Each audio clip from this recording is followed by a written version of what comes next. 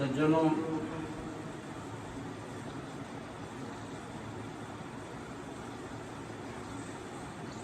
हमें शास्त्रों में संतों के द्वारा बहुत कुछ बातें श्रवण करने को हमको प्राप्त हुई। कई कई संतों ने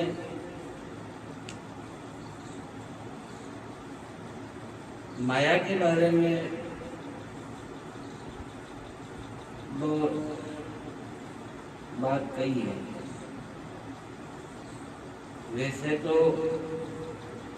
ये माया और ब्रह्म इसका जोड़ है, लेकिन फिर भी सरलता से समझने के लिए संतों ने उसको और सरल से सरल माया के भाव को प्रदर्शित किया है कि मनुष्य जो है बड़ी सरलता से समझ जाए कि माया क्या चीज है।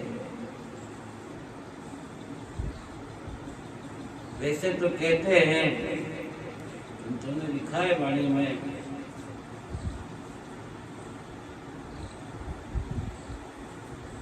देखो रे धुतारी दुनिया कैसा ख्याल रचाया है। प्रथम पवन पवन से आभा जल बरसाया है।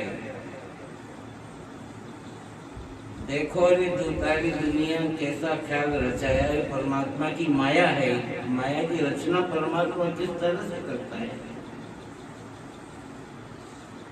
प्रथम पवन से आभा जल बरसाया है। गाजे बीजे लंबन बीजे, ऐसी अद्भुत माया है। जब पानी बरसता है तो गर्जना भी होती है, बिजली भी चमकती है और बरसात भी होती है, लेकिन कभी आकाश भीगा हो, गीला हो, ऐसी कोई कल्पना हम कर नहीं सकते। तो परमात्मा की ये ईश्वर की जो माया है, ये माया के कई रूप हैं। माया के कई रूप हैं, कई प्रकार हैं, लेकिन फिर भी यहाँ संतों ने जो है दो तरह की माया का रूप बताया। एक तो मोटी माया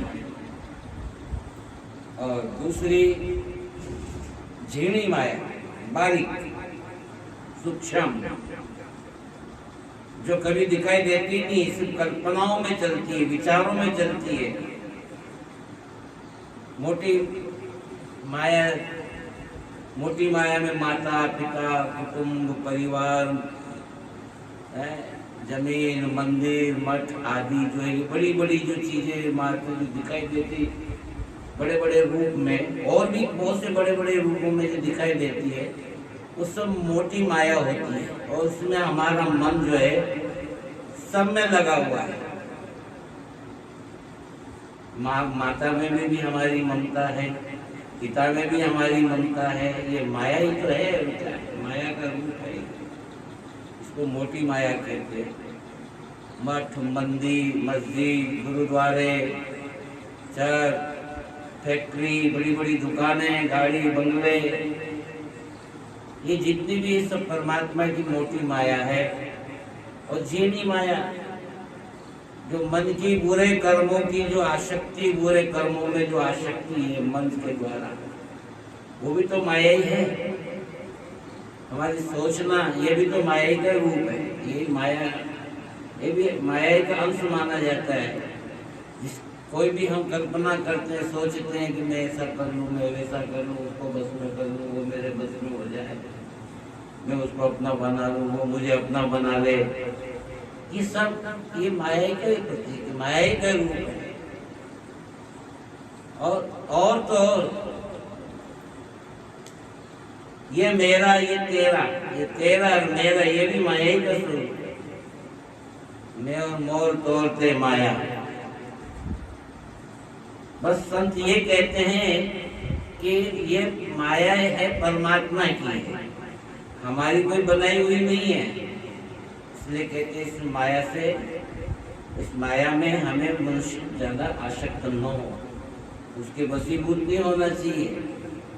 और जब उसके जिस दिन वशीभूत हो जाता है तो माया को अच्छे को जो है नाच नचा देती है। इसलिए इनसे बच करके रहना चाहिए। दो तरह की माया बताइए, एक मोटी माया और एक झीनी माया। मन की बुरे कर्मों की जो आसक्ति है उससे बच करके चलना चाहिए मनुष्य। वो बड़ी प्रबल होती है। ये मोटी माया तो फिर भी जो है कहीं न कहीं हमारे को जो है परेशान नहीं करेगी, लेकिन झीनी माया जो होती है बड़ी कल्पना है सोचने वाली। हम कभी कभी ऐसी सोच हो जाती है हमारी कि हमारी जरूरत से भी ज्यादा हम सोच लेते हैं। और ये माया, ये तो माया भ्रमित करती है मनुष्य को। और करती क्या है, जब तेरा कुछ है ही नहीं तो फिर ये मेरा तू और तेरा ये कहां से आया? ये सब माया का प्रतीक है, माया का ही रूप है। इसलिए मनुष्य को इनसे बचना चाहिए, उसका ज्ञान रखना चाहिए कि मैं तो एक निमित्त मात्र हूँ, लेकिन निमित्त मात्र हूँ। मुझे तो परमात्मा ने निमित्त बनाया है। हम तो जो है एक कठपुतली हैं।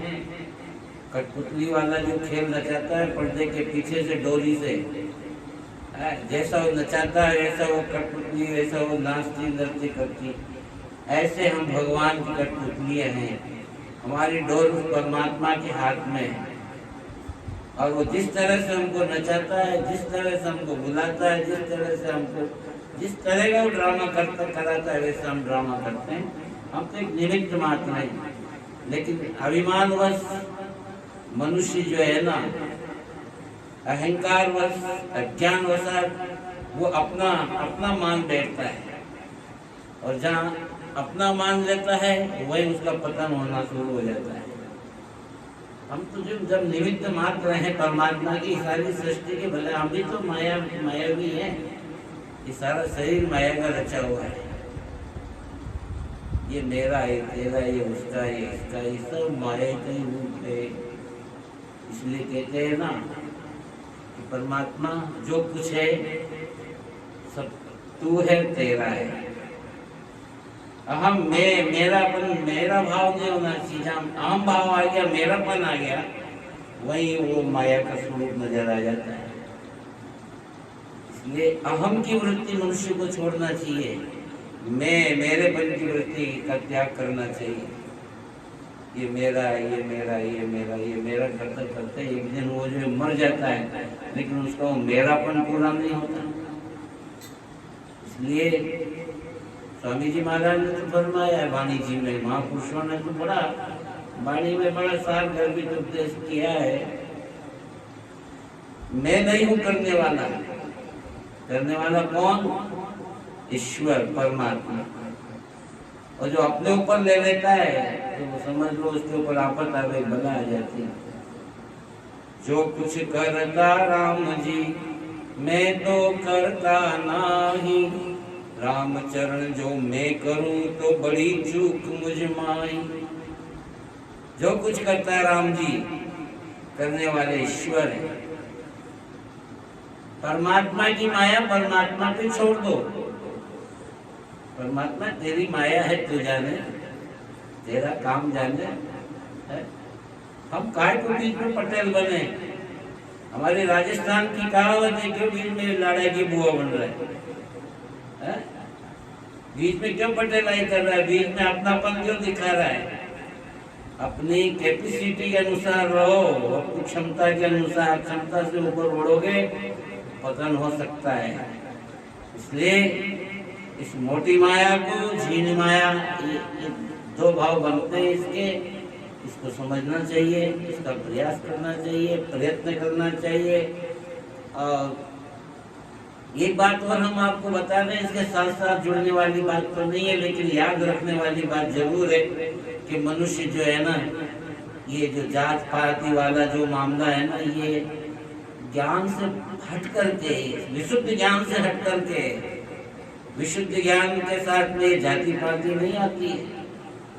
अगर जाति है तो मात्र परमात्मा की बनाई हुई दो जाति है, नर और नारी, और तीसरी कोई जात नहीं है। सब अपने अपने कर्मों के अनुसार कर्म करते गए और वो उस तरह वो जाति के रूप में परिवर्तित हो गए कि साहब हम ये जाति के हैं। जो जैसा काम करने लगे, ब्रह्म का काम करने वाला वो ब्राह्मण हो गया, लेन देन का वाणिज्य का काम करने वाला वो महाजन हो गया, लड़ाई युद्ध आदि के काम करने में, रक्षा करने में जो लग गए वो क्षत्रिय हो गए, और जो सेवा करने लग गया वो शूद्र हो गया। बाकी तो जो है ये वर्ण व्यवस्था है, जाति तो दो ही है। और हमारे सनातन धर्म में हमारे संतों ने तो कहा है, ऊंच नीच कुल भेद विचारे, सो तो जन्म आपनो हारे। ऊंच नीच का कोई भेद विचारता है तो समझ लो अपने जीवन का खुद भी पतन कर रहा है। दूसरों का तो कर रहा है लेकिन खुद का भी पतन कर रहा है। तुलसीदास जी ने तो बहुत बढ़िया कहा है, जात पात पूछे ना कोई, और हरि को भजे सो हरि का होई। जाति पाति से हट करके गुरु चलता है मनुष्य, उसका उत्थान होता है। और जो जाति पाति के को लेकर चलेगा तो जहाँ का जहाँ रह जाएगा, आगे बढ़ नहीं सकता। इसलिए दो बातों को ध्यान में रखना है। एक तो माया परमात्मा की माया है, इस माया से बच करके रहना है, और इसको अपनी न मान करके परमात्मा की मान करके इसका उपयोग करो, उपभोग करो, सदुपयोग करो इसका। और इसको अहम में लेकर के बैठ जाओगे तो ये माया तुमको दे बैठेगी। इसलिए परमात्मा की माया है, परमात्मा ही जाने, लेकिन इनको भावों को समझना बहुत जरूरी है। तो हमने आपको ये माया के बारे में थोड़ा सा बताया है। समय मिलेगा आगे आपको वो बताते रहेंगे। बोलो सच्चिदानंद भगवान।